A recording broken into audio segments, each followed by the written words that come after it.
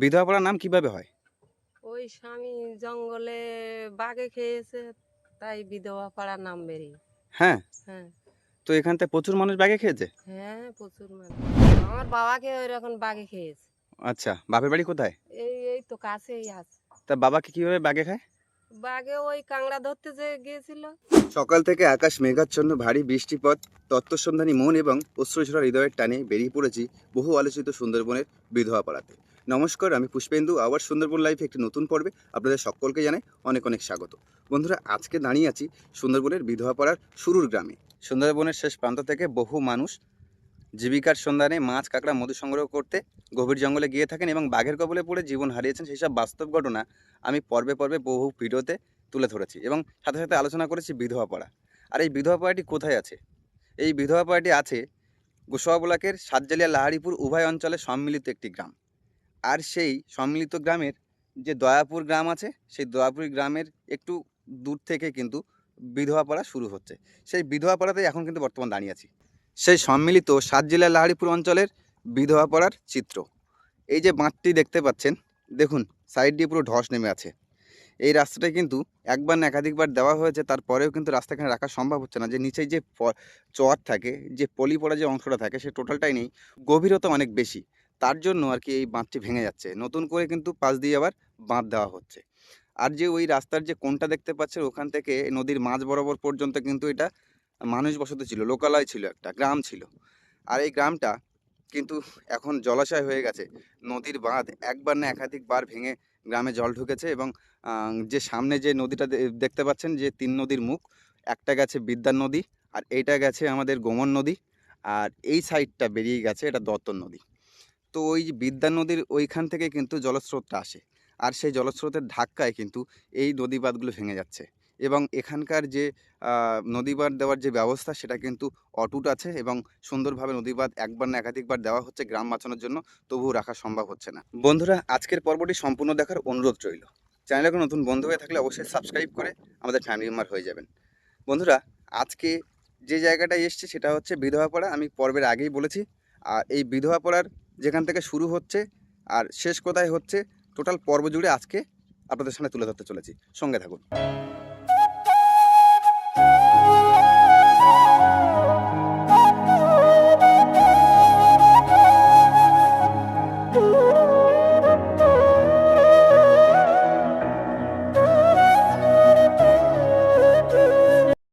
সামনে যে সরাসরি দেখতে পাচ্ছেন যে বোর্ডগুলো আছে, এই বোর্ডের সামনেই কিন্তু ওটা সুন্দরবনের সজনাখালী অফিস। আমাদের পৃথিবী বিখ্যাত যে সজনাখালী অফিস, সেই সুন্দরবন সজনাখালী অফিস। আর তার অপোজিটে বিধবাপাড়ার রাস্তা দিয়ে কিন্তু হেঁটে যাচ্ছি, নদীর রাস্তা দিয়ে। বিধবাপাড়া যেখান থেকে শুরু হচ্ছে, শেষ পর্যন্ত কিন্তু আজকে বিধবাপাড়াটা আপনাদের সামনে তুলে ধরবো। আর বন্ধুরা, এই মুহূর্তে যে রাস্তা দিয়ে যাচ্ছি, নদীর রাস্তা দিয়ে, একটা মিষ্টি হাওয়া অবিরাম বয়ে চলেছে। আর এখন এই রাস্তা দিয়ে হাঁটতে অসাধারণ লাগছে। আপনারা চারিদিকের পরিবেশটা একবার দেখুন, ওয়েদারটা একবার দেখুন। ওদিকে অপোজিটে সজনাখালী অফিস, মাঝখানে কিছু বোর্ড দাঁড়িয়ে আছে। আর এদিকে দেখতেই পাচ্ছেন যে ফাঁকা রাস্তা। বেশ কিছুটা দূর যাওয়ার পর কিন্তু আমরা লোকালয় দেখতে পাবো। আর এখন যেখান থেকে হাঁটছি, এখানে কিন্তু লোকালয়ের যে লোকজন, সে লোকজন কিন্তু প্রচুর কম এখানে।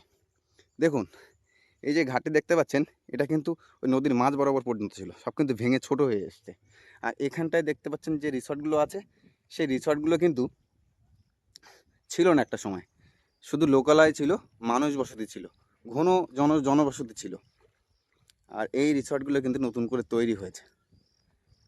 এই যে জলযন্ত্র উদাহরণ দেখতে পাচ্ছেন, যে এখানে ঘাট ছিল, এই ঘাটটা কিন্তু নদীর ওই মাঝ বরাবর ছিল, ভেঙে কিন্তু ছোট হয়ে এসছে।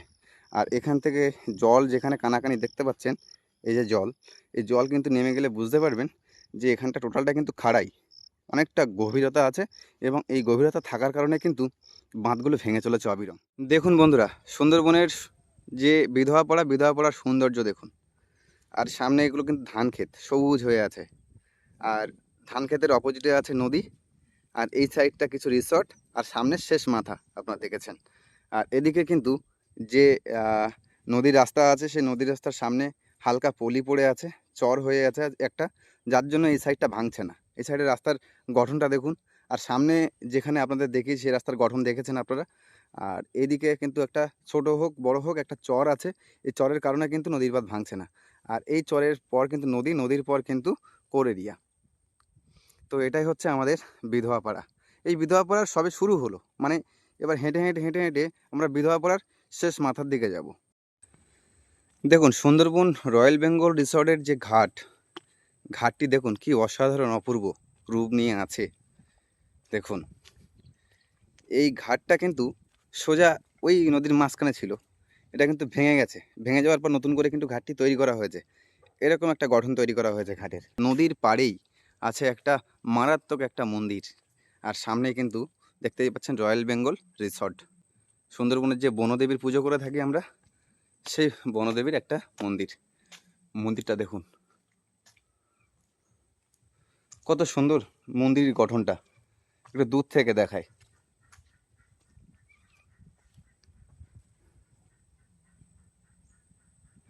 এটা হচ্ছে আমাদের সুন্দরবন বিধবাপাড়ার ভিউ।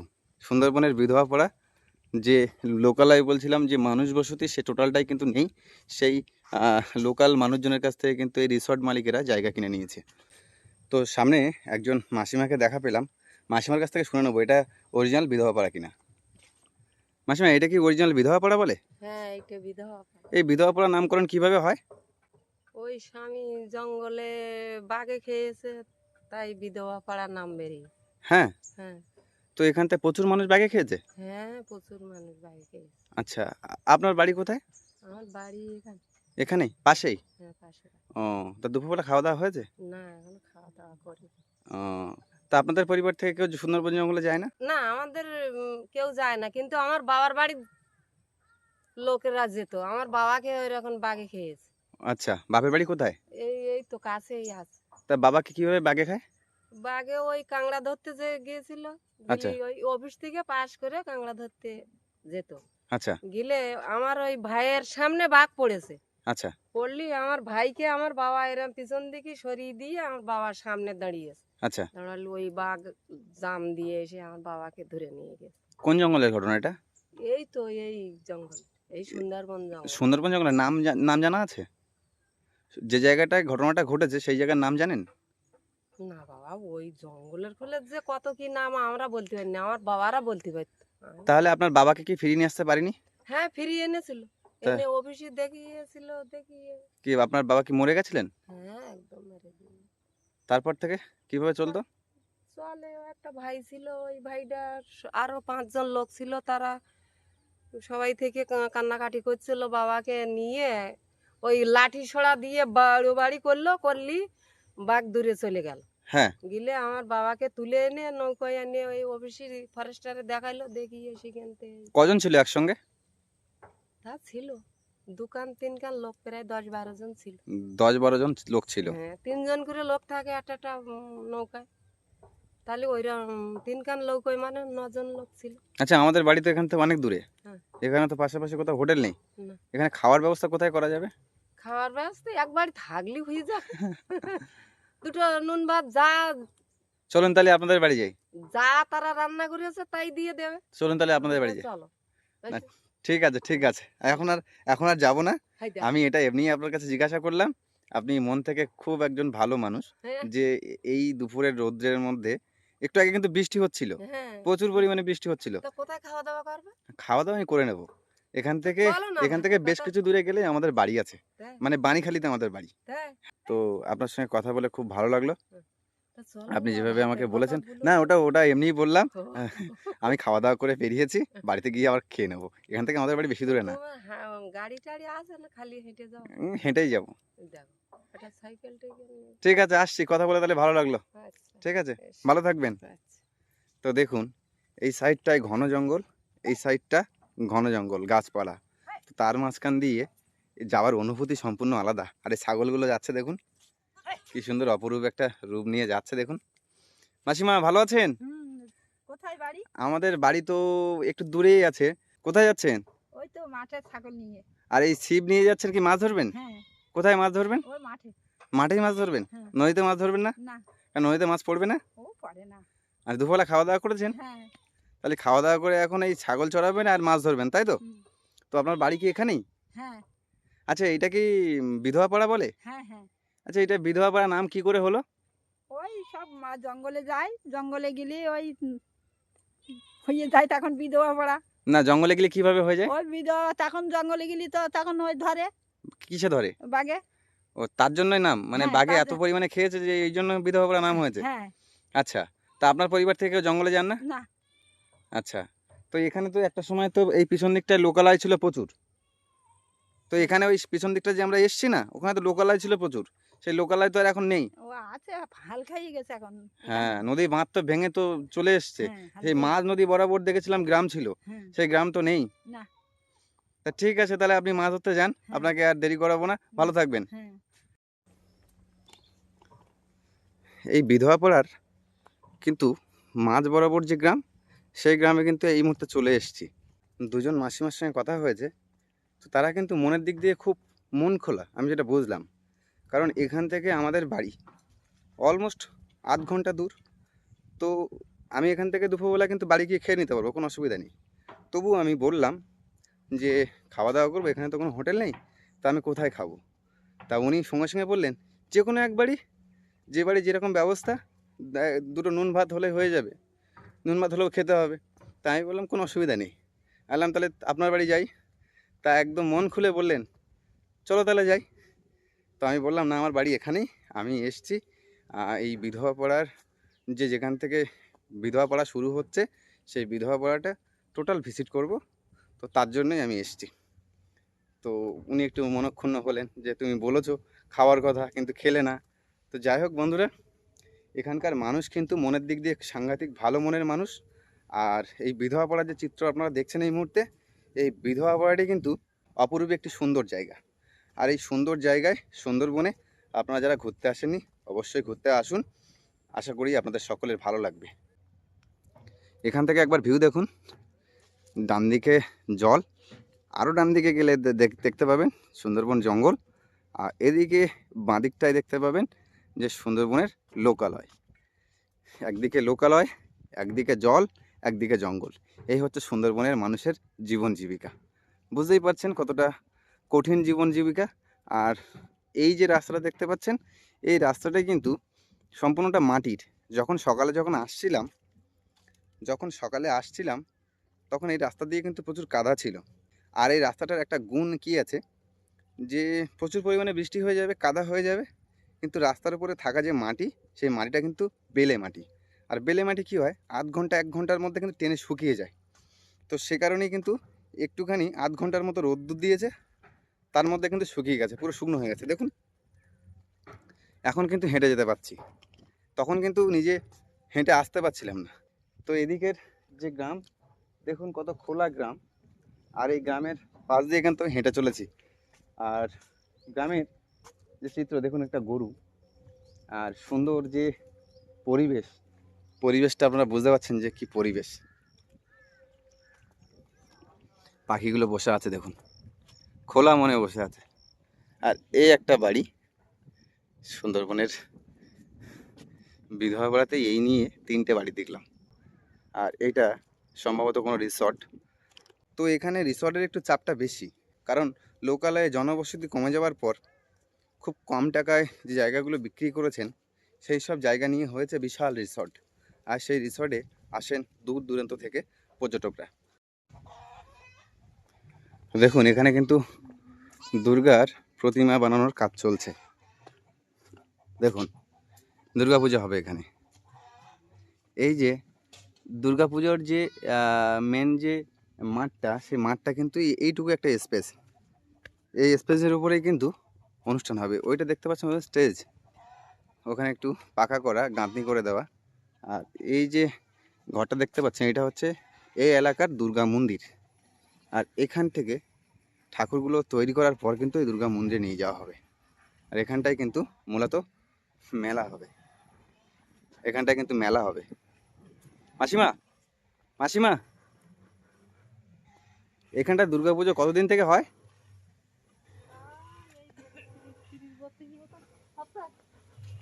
32 বছর না 30 বছর এই দুর্গা পূজা। 33 বছর। ও, তো এখানটা হচ্ছে এবছরও তো দুর্গাপুজো হচ্ছে। আচ্ছা, তো এখানকার যে দুর্গাপুজোর মানে এই গ্রামের লোকই উদ্যোক্তা? হ্যাঁ হ্যাঁ। আচ্ছা, আপনারা এই উদ্যোক্তা? তো এখানে তাহলে 30-32 বছর ধরে তাহলে দুর্গাপুজো হচ্ছে? হ্যাঁ, এই 33 বছরে পা পড়েছে এই দুর্গাপুজো আর হচ্ছে এই সরস্বতী পুজোর সময় নামযজ্ঞ, মানে পঞ্চমী হ্যাঁ। সরস্বতী পুজোর দিন। আচ্ছা, এই সুন্দরবনে, এই একই জিনিস। আচ্ছা এই সুন্দরবনের যে শেষ প্রান্তে যে আপনারা আছেন, সুন্দরবনের শেষ গ্রাম বললেই তো চলে, হুম। এরপর জল আর জঙ্গল। হ্যাঁ, ওই তো জঙ্গলে। হ্যাঁ, জল আর জঙ্গল শেষ দেখতেই পাচ্ছি। আর এখানকার যে মেন যে জীবিকাটা কি? ওই কৃষি, কৃষি আর মাছ। মাছ কাঁকড়া ধরা। হুম। আচ্ছা, সুন্দরবন জঙ্গলে যে মাছ কাঁকড়া ধরতে গিয়ে যে মানুষ জীবন হারান, এ নিয়ে আপনি কিছু জানেন যে এই পাড়াতে বেসিক মানুষ কিন্তু জীবন হারিয়েছে, এরকম কিছু আছে? হ্যাঁ, একাধিক ঘটনা আছে। ওই বাড়িতেই আছে। এই বাড়িতে, সামনের এই বাড়িতেই আছে, তাই তো? এই যে ছোট ঘর। হুম। ফিরে যাচ্ছে, বাঘে ধরেছিল তো। বাঘে ধরেছিল, ফিরে এসছে, তাই তো? আচ্ছা, এই এনার স্বামীকে নিয়ে গেছে বাঘে। এনার স্বামীকে বাঘে নিয়ে গেছে। ও, তাহলে তো খুব ভয়াবহ জীবন এখানকার। হ্যাঁ, আমাদের এই গইলে উঠে বাঘ গরু মারলো। এই সামনে যে গোয়াল ঘরে, গোয়াল ঘরে বাঘ এসেছিল। ও, মাসিমা ভালো আছেন? ও, আপনার বাড়ি এখানেই? তা আপনার স্বামীকে কি বাঘে নিয়ে গেছিল? কি কোথায় কোথায় গিয়ে নিয়ে গেছিল? এই জঙ্গলে কাঁকড়া ধরতে গেছিল। জঙ্গলে কাঁকড়া ধরতে গেছিল? কজন গেছিল? ওরা তিনজন করে যেত। 3 জন গেছিল। তা কোন জঙ্গলে ঘটনাটা ঘটেছিল? দূরের দিকে। লোকে নিয়ে গেছে, লোকের সঙ্গে গিয়েছে, আমাদেরকে বলেছে যে অমুক জায়গায় তমুক জায়গায়। ও আচ্ছা, তা ফিরে আর আসতে পারিনি। না। তারপর আপনি, বললে ফিরে আসা মুশকিল হয়। আচ্ছা, সহজে আনতে পারে না। আনা যায়, মানে সব লড়াই বড়াই করে ওই লাশ, মানে ডেড বডি নিয়ে আসা হয়। আচ্ছা, এই অনেক সময়, আবার অনেক সময় আনা যায় না। তা আপনার ছেলে মেয়ে কজন আছে? তিনজন। 3 জন। দুটো ছেলে একটা মেয়ে। ও, তারপর আপনি ওদেরকে বড় করেছেন, মানুষ করেছেন। ও, কতটা কষ্ট করে জীবন সংগ্রাম করছেন আপনারা বুঝতে পারছেন। তো কাকু, আপনার সঙ্গে কথা বলে অনেক ভালো লাগলো। আপনি অনেক সহযোগিতা করেছেন। আপনি ভালো থাকবেন। বাইরে থেকে আসছে, কত মানে কষ্টে জীবন যাপন করছে বুঝতে পারছো তাই না? হ্যাঁ এখন তো বড় হয়েছো, এই বাইরে ঘুরতে শিখেছো। হ্যাঁ, না খুবই কষ্টকর জীবন, সুন্দরবন জীবন খুবই কষ্টকর জীবন। ঠিক আছে কাকু, তাহলে আসছি। ভালো থাকবেন সবাই। বন্ধুরা, এখন বর্তমান যে জায়গাটা এসেছি, এই জায়গাটা বিধবাপাড়াই, কিন্তু এটা দয়াপুরে অক্সফল যে রিসর্ট আছে, আমাদের সুন্দরবনের ফার্স্ট রিসর্ট অক্সফল রিসর্ট, সেই অক্সফল রিসর্টের ঘাটে কিন্তু এই মুহূর্তে দাঁড়িয়ে আছি। দেখুন, এইটা হচ্ছে অক্সফল রিসর্টের যে ঘাট, সেই ঘাটটা হচ্ছে এটা। আর সামনে আছে সুন্দরবন জঙ্গল। আর এই সুন্দরবন জঙ্গল থেকে কিন্তু প্রতিনিয়ত এখানে কিন্তু এই ঘাটটার কাছাকাছি কিন্তু বাঘ পাড়া হয় প্রত্যেক সিজনে, মানে শীতের সিজনে ডিসেম্বরের দিকে বাঘ পাড়া হয়। আর দেখুন সামনে একটা বোর্ড আছে, অক্সফলের একটা সাইনবোর্ড। তো অক্সফল ঘাট, সুন্দরবন টাইগার ক্যাম্প, দয়াপুর, গোসবা, দক্ষিণ 24 পরগনা, www.oxfalhotels.com। তো এটা হচ্ছে প্রপার অ্যাড্রেস যেটা আছে ওয়েবসাইটের, সেই ওয়েবসাইটে সেই অ্যাড্রেসটা দেওয়া আছে। আর এইটা যে সামনে দেখতে পাচ্ছেন যে গাছপালা হয়ে আছে, এই গাছপালাটা কিন্তু সম্পূর্ণ কিন্তু অক্সফল রিসর্টের মধ্যেই কিন্তু হয়ে আছে। আর এই দিকটা দেখুন, যে অক্সফল রিসর্টের যে মন্দিরটা আছে, একটা জাগ্রত মন্দির, সেই জাগ্রত মন্দির কিন্তু এটা হচ্ছে আমাদের গ্রামের যে বনবিবি দেবীর যে পুজো দেন আমাদের যে মৎস্যজীবীরা, সেই বনবিবি দেবীর একটি মন্দির। আর এই মন্দিরের চারিপাশটা দেখুন জলাশয়, আর মাঝখানটায় কিন্তু মন্দির, একটা সুন্দর প্লেস।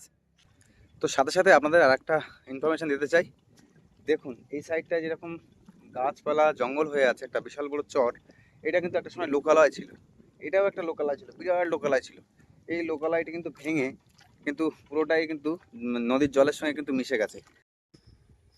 দেখুন জঙ্গল, তার পাশ দিয়ে সুন্দর একটি রাস্তা, আর এইটা হচ্ছে একটা বিশাল বড় একটা রিসর্ট। আর রিসর্টের পাশ দিয়ে যে সুন্দর যে একটা রাস্তা তৈরি হয়েছে, এই রাস্তাটা অসাধারণ অনবদ্য দেখতে লাগছে। দেখুন আরও একটি resort, Sundarban river side holiday resort. এই যে রিসর্টটি আছে, সেই রিসর্টটির প্রথম ঘাট ছিল এটা হচ্ছে ভাঙনে কিন্তু ঘাটটি ভেঙে বেরিয়ে গেছে। তারপরে দ্বিতীয়বার যে ঘাটটি তৈরি করা হয়েছিল এটাও কিন্তু ভাঙনে কিন্তু বেরিয়ে গেছে। তারপর ওই সামনের দিকে যে একটা পোস্ট দেখতে পাচ্ছেন, ওই পোস্টের কিন্তু ওটা কিন্তু এখন ঘাট হিসেবে চালাচ্ছেন। কারণ এখানে যা ঘাট তৈরি হচ্ছে, এটা পুরোটাই কিন্তু ভাঙনকুল, আর এই ভাঙনকুলে কিন্তু সব ভেঙে ভেঙে বেরিয়ে যাচ্ছে। এই যে গাছগুলো দেখতে পাচ্ছেন, আরও সামনে গাছগুলো ছিল, আর এইখানটা জুড়ে কিন্তু প্রচুর লোকালয় ছিল। আর আমার যে পুরনো পাড়া, সেটা কিন্তু এটা এই দিকটায় হচ্ছে আমার বাড়ি ছিল, এই দিকটায়। এখন আমরা ভিতরের দিকে গেছি, অর্থাৎ জেন্সপুর গ্রামের বাণীখালীতে এখন আমাদের বাড়ি। আর জেন্সপুরের যে নদীপাড়া, সেই নদীপাড়াটা এটা হচ্ছে বিধবাপাড়া। বিধবাপাড়া সেখান থেকে শুরু হলো, আর এখানে কিন্তু বিধবাপাড়াটা শেষ হচ্ছে। এখান থেকে একটু এগিয়ে গিয়ে কিন্তু বিধবাপাড়া শেষ হচ্ছে। তো এই যে জায়গাটা দেখতে পাচ্ছেন, বিশাল বড় একটা চর ছিল এটা। এখানে ছোটবেলায় দেখেছি আমার যারা সিনিয়র দাদারা ছিলেন তারা ফুটবল খেলতেন, আর আমরা দেখতাম। আর ফুটবল নদীতে পড়ে গেলে কেউ জোরে মারলো, নদীতে বল পড়ে গেল, সেখান থেকে কিন্তু বল কুড়িয়ে আনতাম। তো এরকমভাবে কিন্তু জীবনযাপন করেছি, কিন্তু একটা সময়ের পর কিন্তু এটা কিন্তু টোটালটা ভেঙে যায়। আর এখান থেকে কিন্তু টোটালটা কিন্তু জনবসতি ছিল। এই জনবসতি কিন্তু এখন আর নেই। যে গ্রাম ছিল, গ্রামের বাড়ি ঘরদোর সব কিন্তু জলাশয় হয়ে গেছে, নদীর মধ্যে চলে গেছে। তো এইভাবেই কিন্তু সুন্দরবনের যারা নদীর এই এলাকা জুড়ে যারা বসবাস করছেন তারা কিন্তু খুব কষ্টে জীবনযাপন করছেন। আর এইভাবেই কিন্তু একাধিক বছর কিন্তু এইভাবে গোটা জীবন কাটাচ্ছেন। আর সুন্দরবন জঙ্গল জীবনের উপরে নির্ভর, মাছ কাঁকড়া মধু সংগ্রহ করা। আর একটা কাজ এখানে কৃষিকাজ। আর কৃষিকাজটা সেরকম ধরনের নেই আমাদের এখানে, কারণ যে মালিকের জমি আছে 3 থেকে 4 বিঘা জমি আছে, তার বেশি কারোর জমি নেই। তো কৃষি কাজ করে, ধান চাষ করে সারা বছরের খোরাকটা হয়তো হবে, আনুষঙ্গিক যে সমস্ত খরচা, সেই সমস্ত খরচা কিন্তু চালানো যায় না। তো বন্ধুরা, আজকের এই বিধবা পড়ার পর্বটি আপনাদের কেমন লাগলো অবশ্যই কমেন্টের মাধ্যমে জানাবেন। সবাই ভালো থাকবেন, সুস্থ থাকবেন, দেখা হচ্ছে নতুন কোনো পর্বে।